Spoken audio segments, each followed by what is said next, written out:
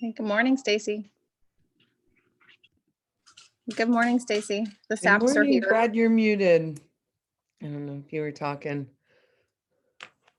Good morning, everyone. Okay, it looked like your lips were moving. Hi, Tara. Hi, Pat. Hi, Jake. Good morning. Hi, good morning. Hey, Jake. Hi, Brad. Good morning, all. Good morning, Catherine. Morning.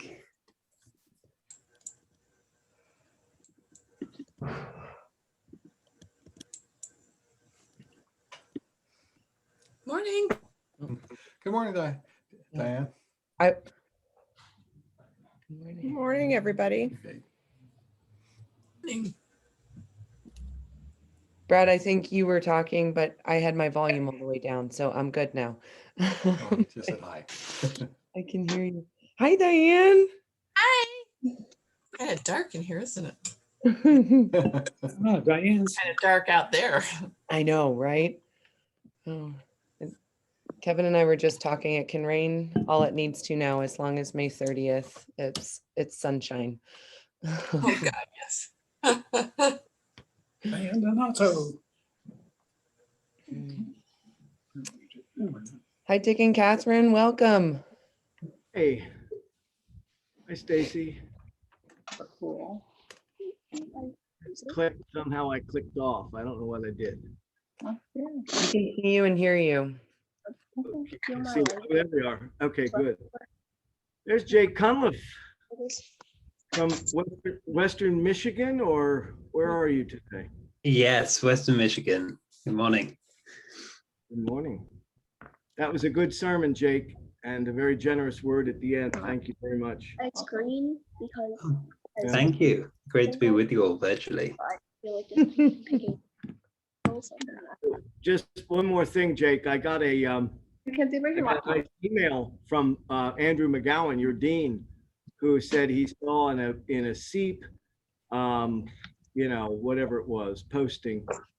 I plan to retire, and he said he looked forward to staying in touch, and he hoped that I'd keep Berkeley in mind for my retirement. That guy doesn't quit raising money, I'll tell you. That Never sounds hurts about to right. ask. That's what deans do, right? Well, good. Well, Well, guys, we it's will great. go ahead and get started here. So we have another incredibly full adult formation planned. So as most on this call know, we are in the second session of our series around saying goodbye.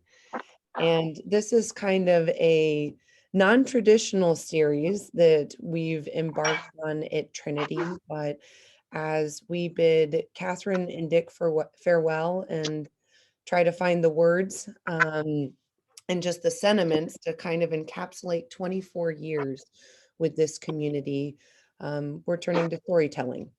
And through telling of stories and sharing of memories, not only allowing ourselves to grieve, celebrate, process all of that, but doing the same for Dick and Catherine too. So I want to thank everyone for being a part of this process with us, because even those that are going to be sharing today, it really is the community that's bidding farewell and a part of this memory and a part of this celebration. So last week we had individuals from the community who were connected to Dick and Catherine and also to Trinity. We had Rabbi Jeff Salkin, who I think his was a toast and a roast. Just the longevity of their relationship. He was certainly able to lift up the uniqueness of that. We had Carl Smallwood with the Columbus Community Trust, Clarissa Epps with Bread, and Ellen O'Shaughnessy and Bob Padberg with the Downtowners. So the community talking about Dick. Today it's parishioners as well as staff sharing their stories and memories. And we are going to start off with someone who has many responsibilities today to get us to the point of worship. and has known Dick for decades. So with that introduction, Kevin, we will turn it over to you to share. Good morning.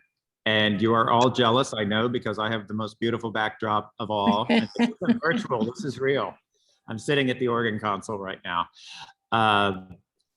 It is a pleasure and a sadness that we say goodbye to Catherine and Dick, and congratulations. And it's been, first of all, I want to confirm, this is a toast, not a roast, because I can change my topic completely in just a heartbeat if it's a roast. Okay, it's a toast. A roast. A coffee Because toast. the roast was easy. The roast would have been easy. A toast, exactly. No, I have been here at Trinity for, this is my 31st year. And I left temporarily to travel, do performing. And when I came back, Dick was here and a friend of mine connected us. The music program was changing and a friend said, you should go talk to the new rector. And I contacted Dick, and it's been music ever since. So it's really a joy. We work together weekly, except for the month of July, I think, for 20 plus years. So it's been forever. And we've had our ups and downs, of course. I mean, any marriage would. I feel like Catherine and I, share the same work husband or husband at some times. But no, I mean, we've really been able to do amazing things. I'm thrilled to have a rector who's able to try anything. And sometimes I feel that, hopefully Dick feels the same way about the music director who's willing to try just about anything. So, and congregation, I think the parish has flourished because of it, I hope. Hey, Elliot. And let's see, we also have had, a good friendship over the time. We, Kent and I went up to, my husband Kent and I went up to Lenox and visited Catherine and Dick for a weekend, and went to Tanglewood and listened to a Verdi opera where I think I was the only one who didn't take a brief nap during it, but it was a wonderful time. They're fabulous hosts. So I'm sure they've invited you all to Lenox at some point. So go, it's a joy. It's a beautiful, beautiful place. What else? One thing Dick and I share is, of course, love for big cities. I always, when we travel, we go Chicago, we go New York, places like that, and always come back and share all the churches that we've been visiting. And Dick does the same thing with me. He comes back and here's the cathedral in Paris, and this is all this. And so I always like, this is what happened at Trinity Wall Street. This is what happened at St. John the Divine. And so we share this interesting in architecture. And this is the one slightly funny story. We were looking through books, and one was just very, very stark, hard architecture for churches. Everything was square, everything was whitewashed, everything was beautiful. And I'm like, that's so perfect. It's a shame that people have to come in and muddy it up. And that's the difference between me and Dick. To me, a beautiful church is a beautiful church. And for Dick, it's a beautiful church once the people are in it. And I think that's, and I agree with that, of course, but I mean, he immediately sees it as a place for people, and I see it as, like right now, it's beautiful. It has a lot of butterflies, but there's no people down here, and I think it's beautiful. I think it's more beautiful when it's full, of course, and I agree with Dick on that. So I won't go off into my, now I was ready for my roast part, so I will leave that alone, and I will just wish you both, Catherine and Dick, all the best. And we have 3 more weeks, and I think Dick has crowded everything humanly possible into the next 3 weeks. I swear he was at the maternity ward at Riverside finding babies to baptize, because we have, I think, 12 or 25 or something like that. No, I'm just kidding. It's, what is it, 6 now, I think, for the 30th? It's an Easter 8. It's an Easter 8. 8. Oh, 8 now. Okay, good. So that'll be 15 by the 30th. But once you just do the form, it's almost like a Ford motor plant. I mean, you just move it through, so it won't take too much longer. That's right. Well, I'm figuring we're outside, so we'll just get a water hose and we'll be done. It'll be a piece of cake. So no, so I am going to go figure out how to make the sound system cooperate completely. Okay. Fingers crossed. And Jake knows how technology and I don't necessarily always get along on Sunday morning. So sorry about that last week, Jake. But I will be heading off here in just a second. I will hang around to see what Diane has to say. If she can go next, that would be fabulous. 'Cause I'd love to Hey, listen. Kevin, I'm up for one roast. Do you have one roast line? I'm curious what your top roast line is. Oh no, I will leave it to others. I will leave that one to others.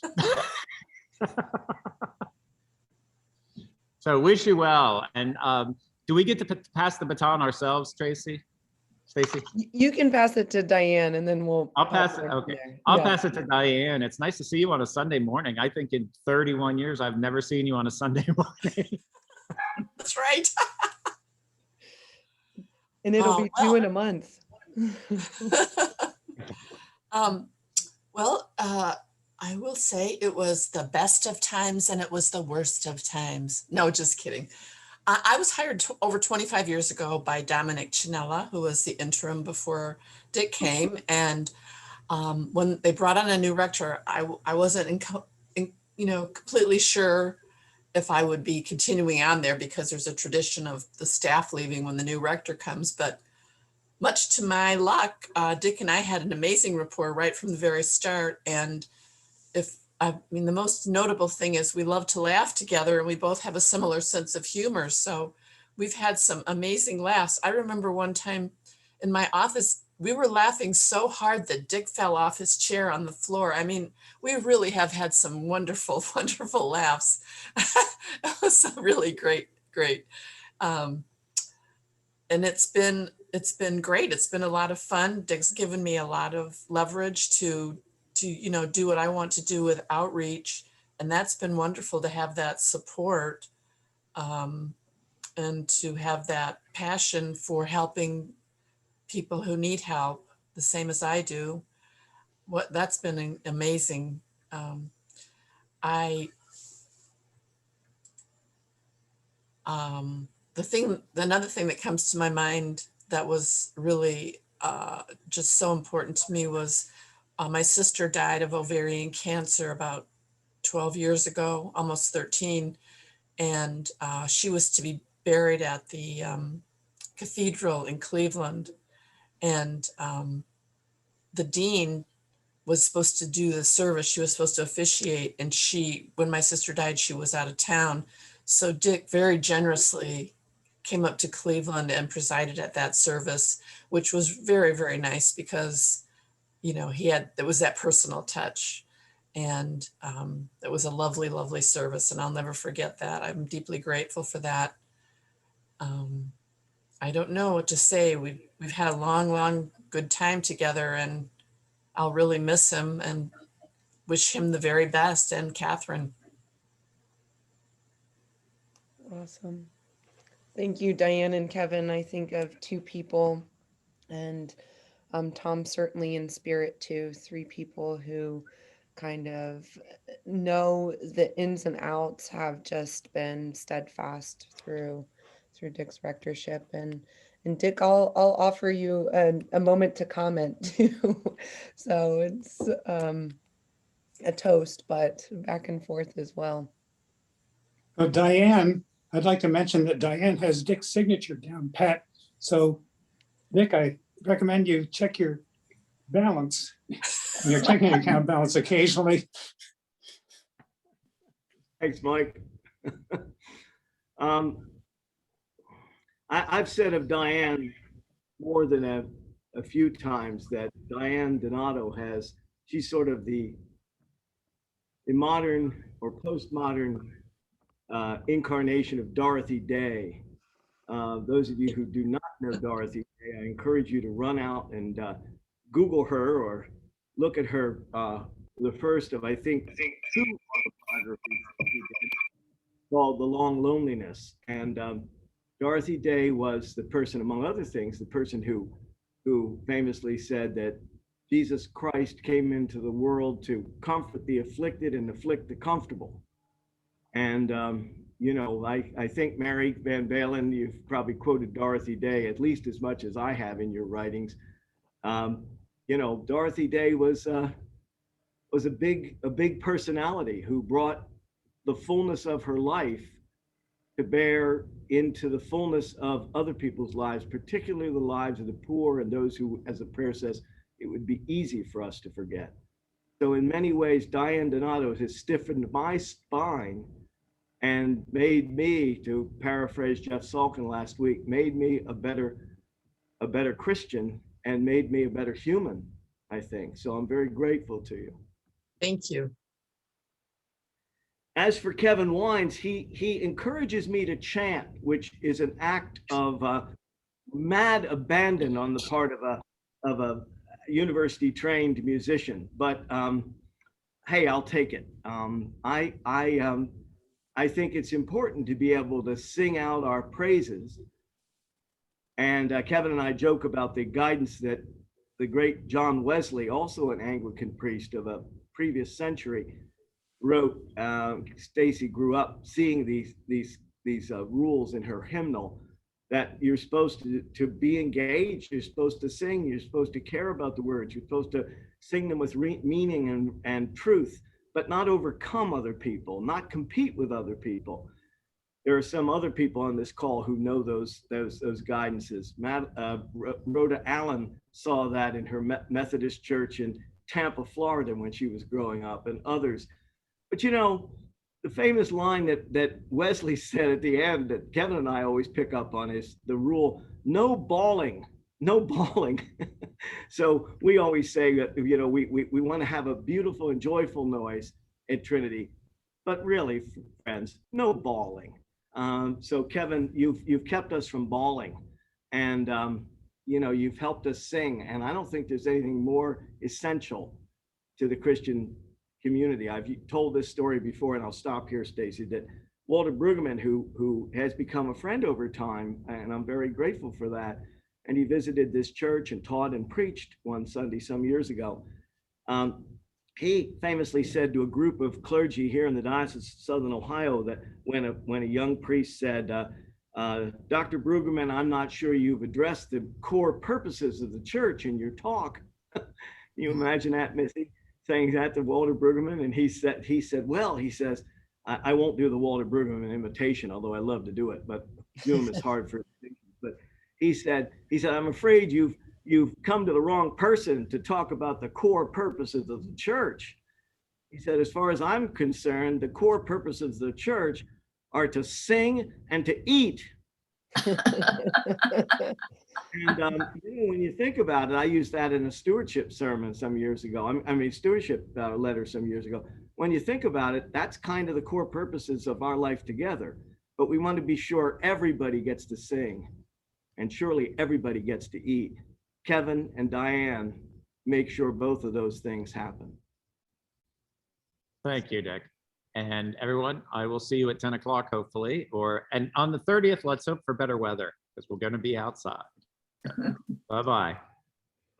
Jake, my seminary dean at Berkeley, Jim Anand, for whom a center of spirituality has been named, Dean Anand used to say, now, when you get ordained, people are going to ask you to do something about the weather. And he said, here's your answer. Always tell them, remember, I'm in sales, not operations. That's good. That is awesome. Well, we have some of our youth with us today. So the Sapp family, who was with us yesterday at Trinity as we celebrated the life through a memorial with their grandmother, Deborah Miller. And with us today, we have Campbell and Mackenzie, who have both been baptized, and then Mackenzie confirmed at Trinity Church. So do you both have a couple words or a combined word?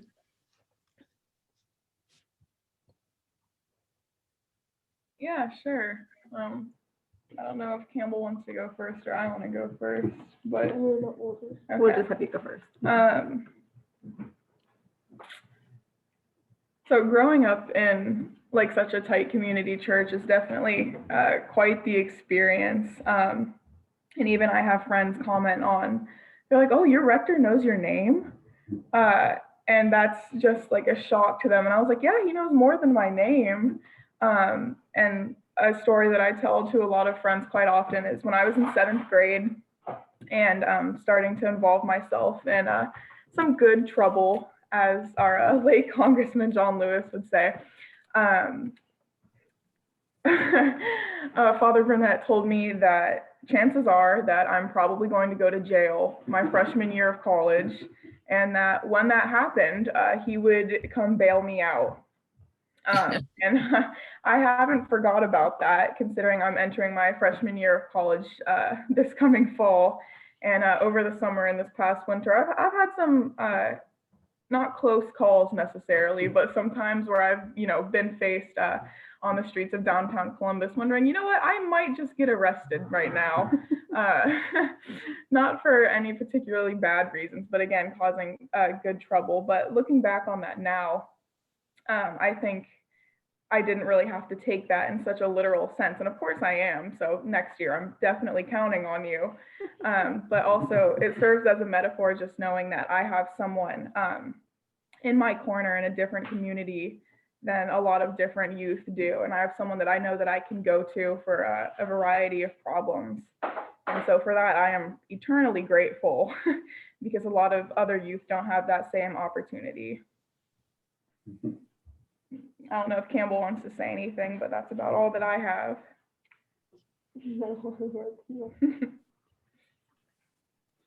I'll drop in and bomb here and just say it's been a pleasure and an honor, because Tara and I got married in that church 21 years ago, this next week. And so for 21 years, we've been going there, and Father Burnett started attending. We went through all these cycles of life, from baptisms to confirmations to yesterday funeral services. And he has been a rock for this family. And it has been an honor to know you, sir. So thank you. We appreciate your support. And best of luck in the retirement. No, I can't even see you. I don't Hear you, Tara. Can I just engage Campbell in something for a second? Campbell and I hung out together with the family nearby in the pews, but we hung out together sharing a prayer book at Temple Israel, the Reform synagogue on the east side. And it was one of their last services in that building. And the rabbi couldn't have been nicer. Rabbi Sharon Mars welcomed the whole confirmation class. And I think it was Abby's class, the sister between Campbell and Mackenzie a few years ago. And but Campbell and I decided to race each other for who would be able to catch the right page and the right word. Campbell won regularly. Once she realized that we went from right to left rather than left to right, that we actually started what we would think was the back of the book. But when I turned to what seemed to be the back of the book, Campbell turned to me and she looked at me as my wife Catherine would say, with daggers in her eyes. She looked at me like, "What are you doing? We're supposed to read this book. You're playing around. What are you doing?" And then I said, "They actually do it this way." And she looked at me like, "Are you sure?" And I was sure, but Campbell, you really picked up Hebrew very quickly. I think we might have a biblical scholar among us.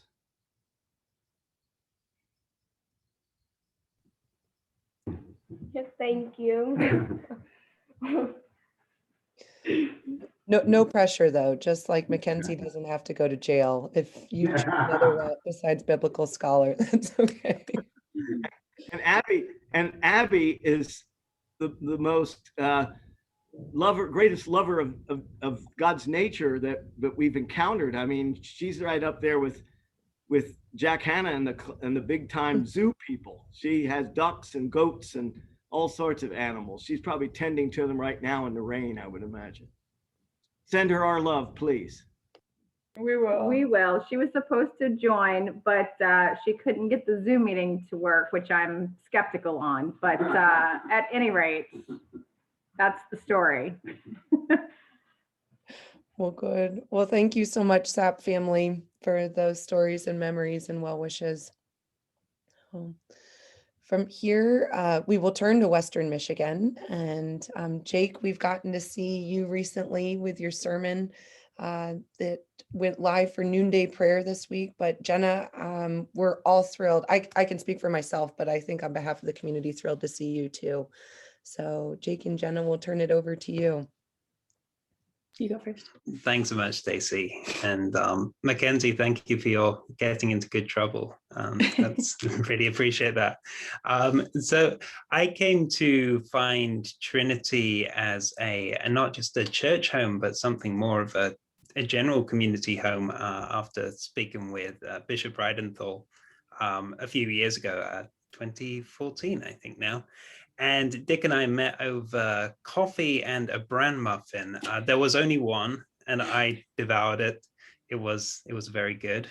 And I quickly came to understand that not only was Dick welcoming and gracious in kind of introducing me to the Trinity community, but that he would also just be he was so connected with people in many different things in Columbus and beyond. And after an initial adult formation where I talked a bit about the Scottish independence movement in 2014, which seems apt given it looks like we're going to have another vote in the coming years. So, you know, if you want me, I'll be back. I'm open. But also meeting people in the anti-death penalty movement and sparked an interest in some work I did there as well.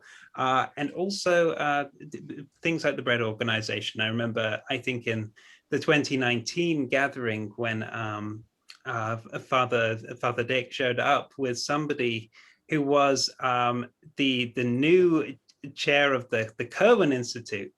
And, you know, we had a conversation and, you know, it was really great he was in there. That's something that his work impacted on so much, issues of inequity and so on. And the next thing I heard about this person was he was the spokesperson for the Bernie Sanders campaign, I think on economics. So going above and beyond. And Dick had, as you'd expect, was connected to these people and inviting them to places, which was really awesome.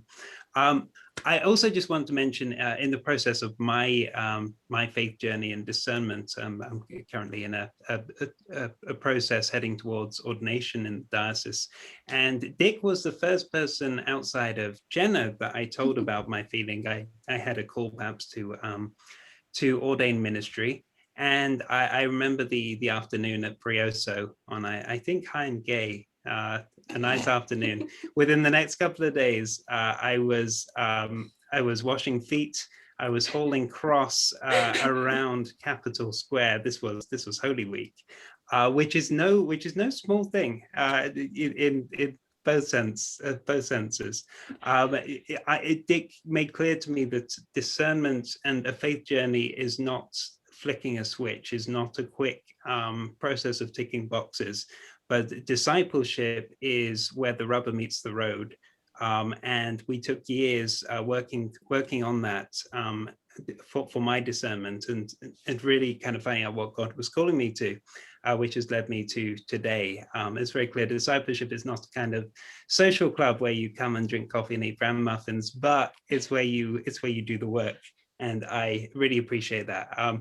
I could go on. There are lots of special memories, different places we've been and people we've met that are important to me. I will say, Catherine, I've spent less time with you over the years, and I feel some of our early introductions came in Dick's car over speakerphone, and we had kind of snippets of conversation when the two of you were checking in, which was always so pleasant. But I have got to know you in the church itself, and in some more kind of smaller, more close encounters, which I've really appreciated. And I know how much support you've had for Jenna and I in our membership in Trinity, and generally in our lives as we work out where we're living, balancing careers in different places and so on. And that's been great. And I particularly remember a Christmas Eve dinner we had, and the four of us, plus another person, but where we had some really great conversation. And it's been so good to know you. I'll chime in and say that both Dick and Catherine have been so supportive to us just in general, but it has meant a lot to me because, you know, I moved to Columbus to start grad school, and then Jake followed me there, and we got married very soon after. And it was an extremely chaotic period in our lives, and really things have just continued to be chaotic, but we've so appreciated the support specifically in our marriage. And you know, Dick did our premarital counseling, which was quite an experience, and has just been so supportive of, like, specifically that aspect of our lives. And I have also really looked up to Catherine, I have to say, like, specifically as a role model as somebody who is going to be a clergy wife in a probably very non-traditional mold.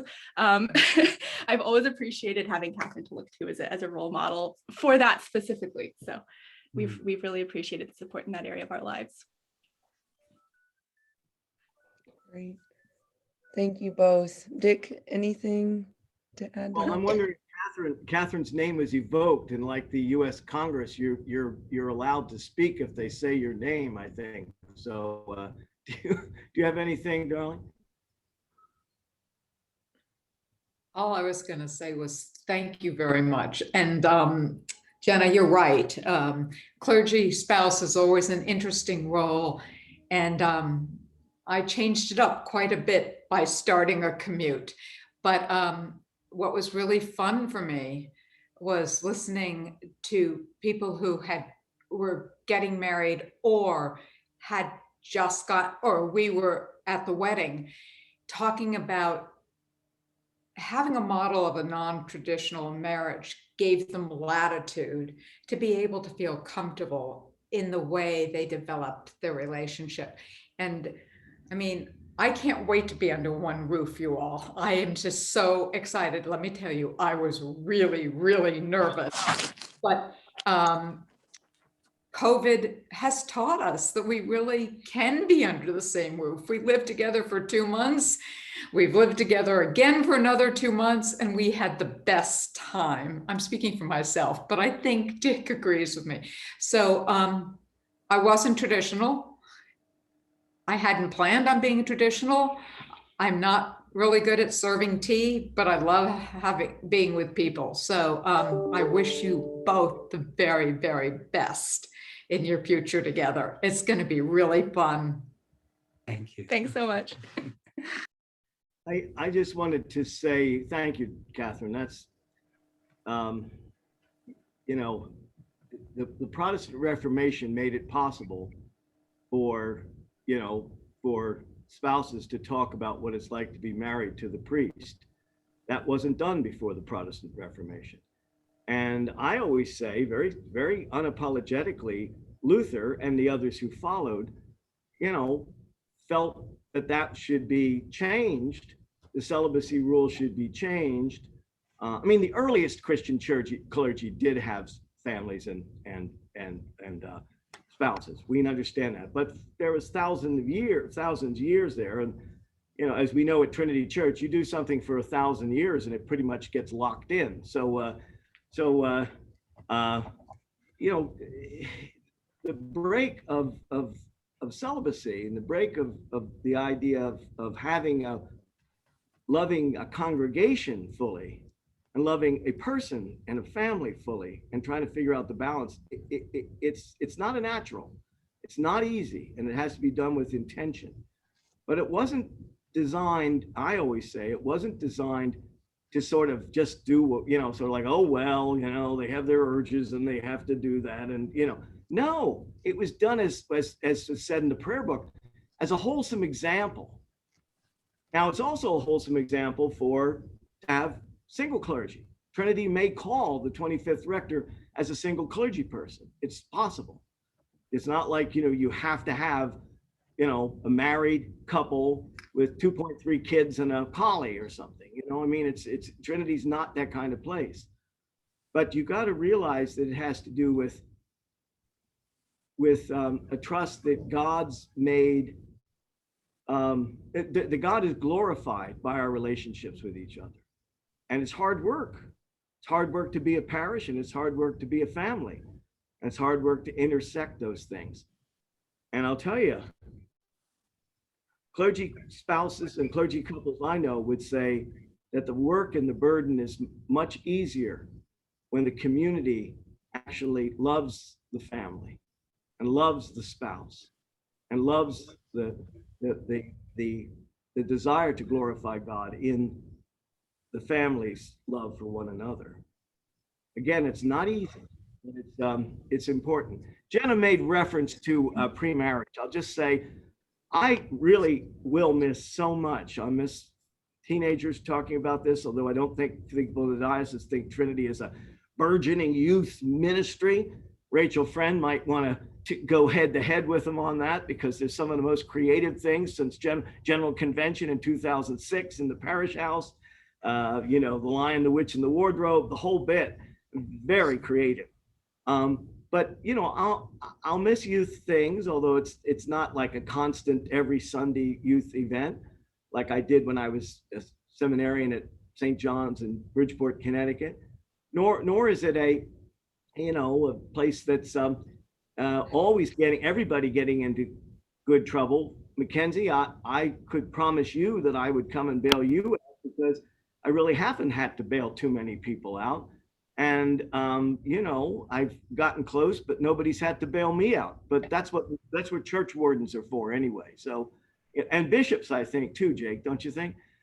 Or deacons, maybe Deacon Craig will come and bail me out, but there's still a couple more weeks. But my goodness, I mean, if a youth member doesn't say she plans on needing to have the priest bail you out, I mean, what kind of church is that? It doesn't plan to, have to get bailed out. That's kind of the point. Not because you did something wrong, Mackenzie, but because you did something right. And the community isn't ready for that yet. So we stand behind you. But the thing I'll really miss more than anything else, and I'll stop, Stacy, I know I'm starting to horn into everybody else's time. The thing I'll miss most is what Jenna made reference to. I mean, I really will. I'll miss preaching most. You can tell I'm taking this opportunity to do more of it. But I also will miss the pre-marriage sessions we do. I do a 3-part thing, but the second one is what I call the test.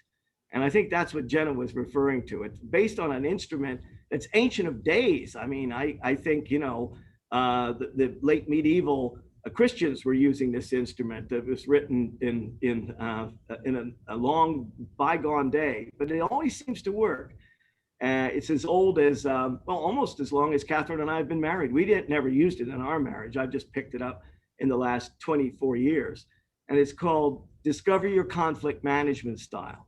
And anybody who is discerning marriage, anybody who's discerning renewal of vows, anybody who has been reflecting on their marriage over a long period of time, or who is remembering their marriage in the midst of their grief of loss of a spouse and a partner and a mate, but wants to talk about how to make sense out of that extraordinary, wondrous gift of marriage and love and family.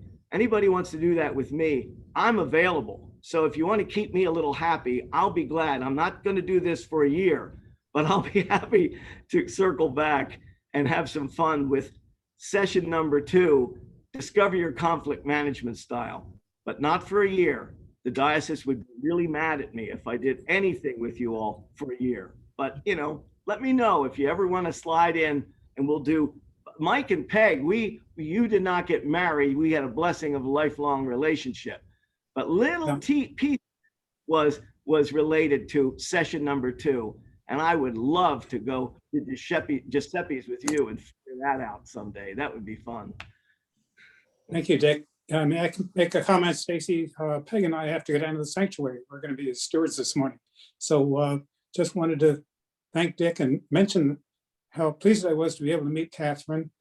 and acknowledge Dick's presence in my life during Jane's long illness and Jane's death. And then, as Dick just mentioned, the blessing of our relationship recently. So Dick was there. He was the rock in my life, and I really appreciate it. Thank you, Dick. Thank you, Mike and Peg, and we'll see you in person shortly.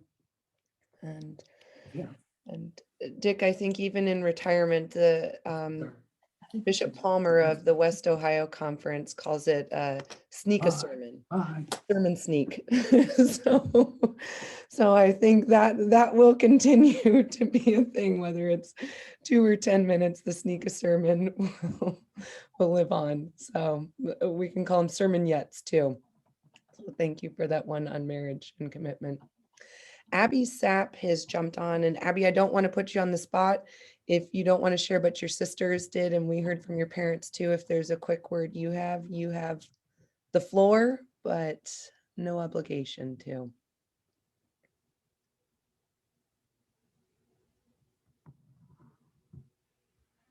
Okay, you can message me if you do want to say something, and then we'll find time. So we're going to move to another Abby, Mother Abby, who is not present with us in person, but did send a note that she asked that we read to Dick and Catherine during this time, and sends her love and blessings. So here is her note saying goodbye to Dick. My equilibrium became unbalanced when I learned of Dick's retirement in January of this year. Many thoughts flooded my mind. What? Trinity without Dick?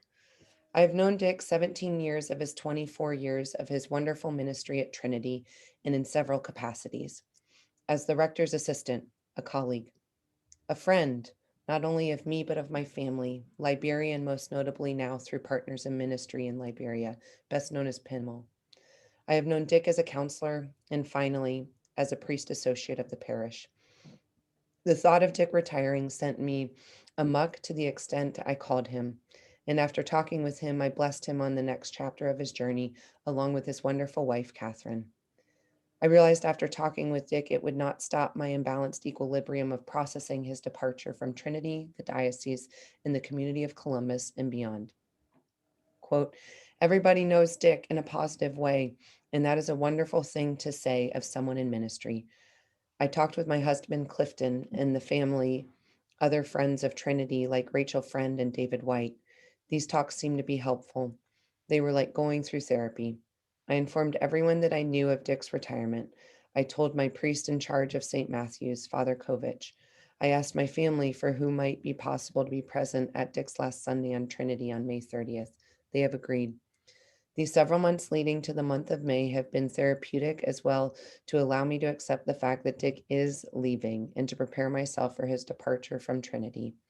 It is not easy to accept the status quo of knowing someone for 17 years, suddenly to know that he is leaving. Unexpectedly, at this time, I found myself serving with Dick 3 times during COVID-19. These opportunities have been therapeutic as well, exclamation point. What a blessing to rekindle my ministry with Dick, who brought me to ministry in the Diocese of Southern Ohio when he called me to be the assistant to the rector. My ministry in the diocese has flourished, first by serving on the National and World Mission Commission of the diocese, and now by calls to supply through the diocese. How can one say goodbye to Dick? In a way, one cannot completely, because according to the meaning of the word goodbye and its theological meaning, it means God be with you. Yes, Dick, I, my family, and many others are saying, God be with you when you depart on May 30th. God be with you wherever you and Catherine, wherever you are and whatever you do. This is our eternal blessing to you and Catherine. And through this blessing, we are forever connected, because as God is with you, he is with us too as you depart. That said, we are to acknowledge the fact that goodbye in our human expression means parting. We express this word to one another, each other at numerous times during the day on numerous occasions. Dropping off a child at school, someone at work, at the airport, and so on, saying goodbyes are difficult. In this liturgical observance of our Christian life, we encounter Jesus saying goodbye to his friends, the disciples whom he has been entrained with for ministry for 3 years. They are to carry on the message of God's good news of salvation of humanity through Jesus' death and resurrection that leads to eternal life after this life we know it. Parting with Jesus was hard for them and for Jesus as well. But then Jesus would not leave them without his presence. He will send his presence, the Holy Spirit, to be with them, to comfort and to guide them in ministry. This message to the disciples is to us as well, in each generation who are called to carry on the redemptive work of God through Jesus in the world. In a similar way, Dick, you are not leaving us without the assurance of your friendship, of yourself, friendship, and relationship of 24 years of ministry. Assuredly, every member of Trinity and beyond whom Dick has touched through his ministry will have a legacy to cherish. Dick, goodbye. God be with you. Abby, former assistant to the rector, priest associate, Trinity at Capitol Square, May 9th, 2019. And I will send that to you, and Mother Abby sends her blessings to everyone else who's on the call as well. With that, we have two more individuals that are going to say a few words. I will turn it over to Ruth Gless. First, I want to say I'm sorry I was late. And I have to say to Catherine, I experienced many, many times what you're experiencing right now. When you get on the Zoom, the dog has to come too.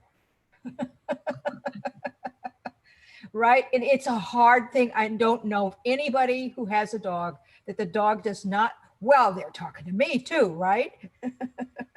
I totally love it. Anyway, so first, I want to say that the first time I came to Trinity Church was a long time before I actually changed my membership to Trinity. And I don't remember why it is Frank and I decided to go there, but we did. And the thing that struck me was a thing that was actually sort of non-Episcopalian about Dick. It was the summertime, and we sat in the back, and during the announcements, Dick said, "So-and-so, you're just back from vacation. Welcome back. How was it?" And so-and-so else. And he seemed to know what everybody was up to and was so welcoming. And I had never experienced this in the Episcopal Church. I remember being in North Carolina where until I turned up with a husband, nobody knew who I was.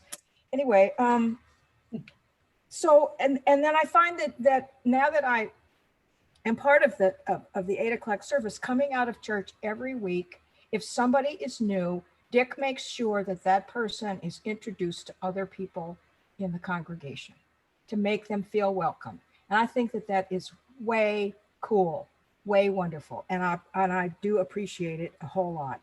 Now about the concept of retirement. Retirement means to withdraw. And you know, I'm an architect who now paints because I am not retired, although I do not practice anymore because I think it's important to not withdraw, but to find some new work. And I know that Dick will do that. So there. He's not saying anything.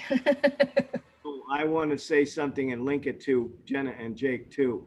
Ruth, you have enriched this church in ways seen and unseen, and actually, you know, you're here, and the spirit of your beloved Frank is here. Frankie, as you say, is in the columbarium, and you've taught me personally so much, and I happen to love your field, and I'm had no training in your profession at all, but that doesn't keep me from having opinions. But that doesn't keep a lot of people from having opinions. I love space and I love ordering space, and you know, that's important. So keep on doing you, Ruth, because you enrich Trinity Church. Jenna and Jake, who knows where God is going to call you in ministry, and it's going to be exciting. But, you know, maybe everybody doesn't know, Jenna finished a doctorate in an easy subject called astrophysics at Ohio State University, but she was able to spend time in New Haven at her, what was her undergraduate college alma mater in the graduate department of physics at Yale. So the degree is an Ohio State degree, but she also has a little Yale laboratory time under her belt too, which I think both of those things got her this appointment in a postdoc at the University of Toronto, a global class program. Who knows where you'll be? I know you want to be a teacher of college students connecting science and religion. You've talked about that in formation. We've talked about that over dinner. Makes sense to me. But, you know, I don't know when Dickinson College in Carlisle, Pennsylvania is ready to invite you to come on board, but I'm sure St. John's on the Square will be glad to have Jake as their rector, and it's a wonderful old parish church. So maybe that's something to look forward to. Anyway, you two are wonderful. As the English would say, you're brilliant. And we love you. And we love you. All right, thank you. And thank Making you. a flush over here. All right, we are finishing with those that had prepared comments, but certainly we'll open the floor up after that if anyone else would like to share anything, but with our senior warden. So Brad Sturm. I'm looking at the clock, so I'll try not to ramble too much. I was on the vestry that called Dick to Trinity. And I remember that, you know, when Dick said, yes, he will be our next rector. We had these signs, these large posters, one in the Northicks and one in the lobby of the parish house, pictures of Dick and Catherine and the kids. And it was, you know, to welcome the new rector. And Catherine, I believe it was Gordon who referred to it as the shrine, that, you know, we had these pictures, and it doesn't seem like it that long ago. And then at the endowment committee learned that the rector actually wanted to live indoors, and which was a bit of a, you know, a sticking point. And one of our members said, well, you know, we'll buy a house, we'll have a rectory. And then we said, well, gee, then we'd have to, you know, we're going to have to make sure that this is a house that we can use a long time, and it's got to have a roof, and, you know, roofs leak and plumbing leaks, and you know, furnaces wear out. Gee, do we really want, you know, one more building to have to take care of? So the endowment committee said, you know, rather than buying a house, why don't we just do the mortgage? Because mortgages don't need new roofs or furnaces or anything like that. So that's how the endowment committee got into the mortgage business. Is that you know, we provided the mortgage so that Dick and Catherine could live where they wanted to. So I mean, that's sort of the beginning of our journey. It's been good. I mean, I'm thinking like for our SEEP conferences. I mean, when I was thinking, that's Consortium of Endowed Episcopal Parishes. I'm not particularly fond of the acronym SEEP, but I don't know. Maybe it seems too much like, you know, there's some sort of deferred maintenance going on. But I was thinking, well, you know, the SEEP conference, it's going to be about, you know, how to raise money and asset allocation, and, you know, how to, in essence, it's going to be a money management firm. And I learned so much more that it's not you certainly go over the how of, you know, having an endowment and in the what's involved. But I think that it really opened my eyes to the why. Is, you know, why we have endowments, that it's not just for the sake of running money. And so that was a good thing to learn. Another thing that I remember is at alms, doing a collection. And Dick said, you know, when there's an alms collection, when you reach into your wallet, you get out the largest bill and not the smallest bill.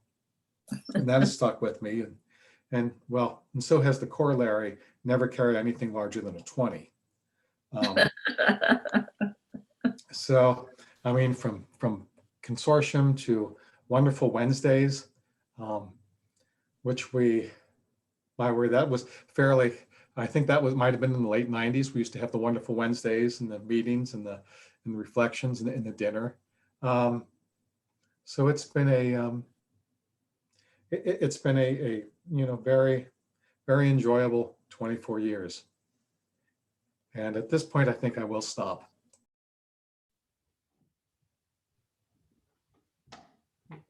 Before people go on, and I hope that some people do, a minute or more, but I just want to acknowledge Brad, and by extension, Pat Regola, who's on the call, and Julie Newhall, who's on the call, Phyllis Duryea, who's on the call, Ruth Rhoda Allen, and I don't know if I'm forgetting any other Debbie. wardens. I'm sure.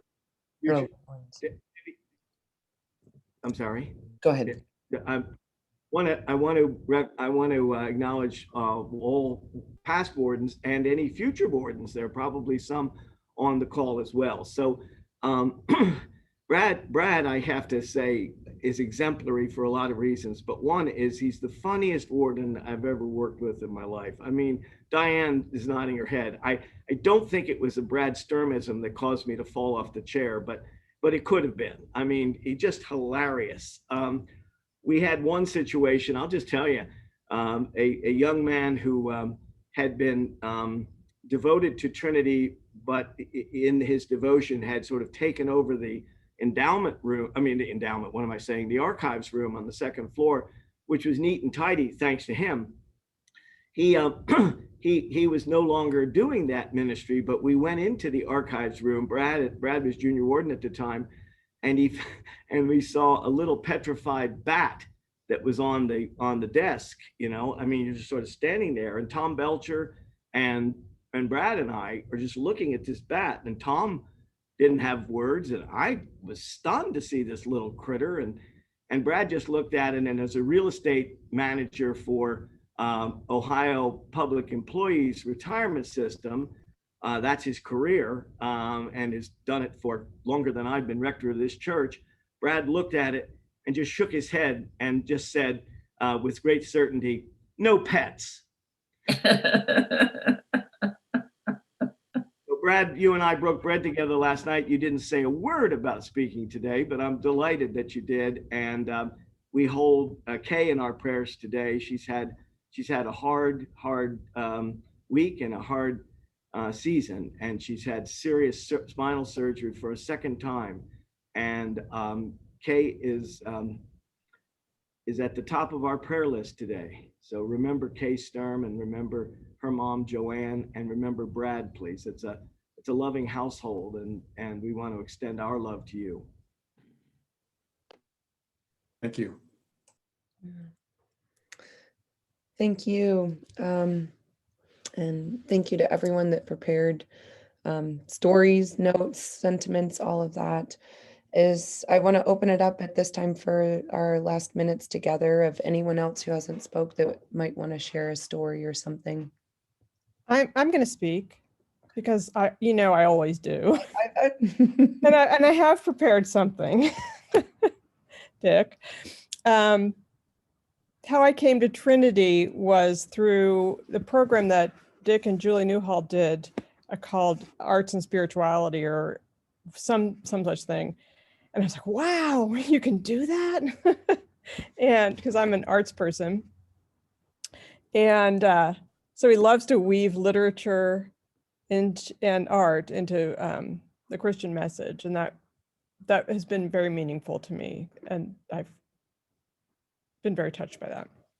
So, everybody knows that Dick always has a guy. Wherever you are, there's a guy that can help you. And this was never more evident than when I had a terrible family car accident in Macon, Georgia. And I called Dick, and he immediately set me up with a couple of people who offered us a place to stay. And these are not like, they're very prominent people who I was thrilled to be able to get to know a little bit, and I appreciate that. And it meant the world to me. But the reason he knows. Oh, and he's, he's allowed me to do a bunch of crazy stuff in adult formation, including the last stint with Bill Catus, when we riffed on John Donne and Lucretius, of all things. And there've been more. But the reason he always has a guy is because he takes the time to get to know people. And there's nothing more endearing to me about Dick than that he clips articles for me. It's like, oh, I got an article for you. You have to read this. And, they're usually printed. And now, we've maybe gotten into some digital stuff. But he's introduced me to some very interesting theologians that way. I wrote to him recently that maybe now I can get to know some living theologians, because I always think I've got to know these theologians through Dick.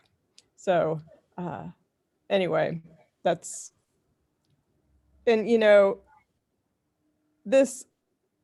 is certainly not the end of a relationship.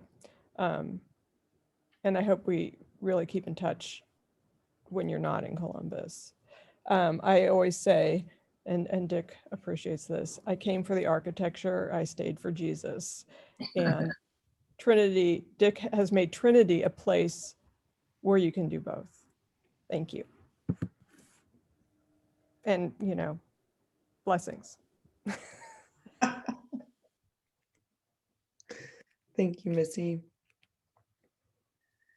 I don't know if there's time for me to say just a really quick something. I don't know how soon you have to get off. So I will just say, I'm probably the one that knows Dick the least. And but what Ruth has said about making people feel welcome, what Missy just said about getting to know people.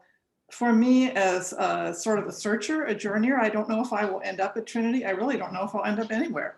I'm not sure, but I'm forever grateful that at this moment, that's where I have found a place to be. And that's really a lot, that's really to do with Dick and his, that first Sunday I kind of wandered in. I'd gone to a couple Quaker meetings. For those of you who don't know me, I'm sort of a searching Catholic. And so I thought, I've had enough of clericalism. I'm going to the Quakers for a while. Then I worked down the street from Trinity. I had had some connection with it in my younger days, and decided on just to stop by sometimes on my walks, breaks from work, but then to wander in one Sunday for service. And immediately afterwards, Dick made sure he introduced me to people, introduced himself, and, was gracious to me with long conversations over lunches sometimes, or dinner, or a cup of coffee or something, or over the phone. It's meant a lot to me. I'm really grateful, and it's enriched my journey no matter where I end up. So thank you very much. Hey, Stacy, can I just leave Dick with one phrase, since my pal Julie Newhall's on the call? Back before, probably late 1990s, early 2000s, before I left in 2006, we had a small little group of Trinity chicks. And it was our job, we saw, to take care of the rector and to make sure he was eating correctly. And we were kind of his Catherine's eyes and ears on the ground here. And it was a fun time. It was a good time.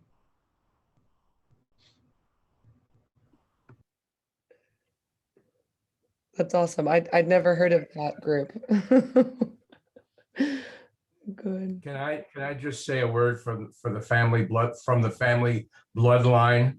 As many of you know, I'm Dick's first cousin twice removed, or something like that. But we share a great grandfather, and my father and his mother were first cousins and very close. But the more I hear about Richard and the more I hear about Catherine, the more I am thrilled that they're coming to the East Coast, and we're going to have them closer to us, and we can spend more time and develop the relationship and develop the family lines and just develop our friendship with them. And we're so grateful for that.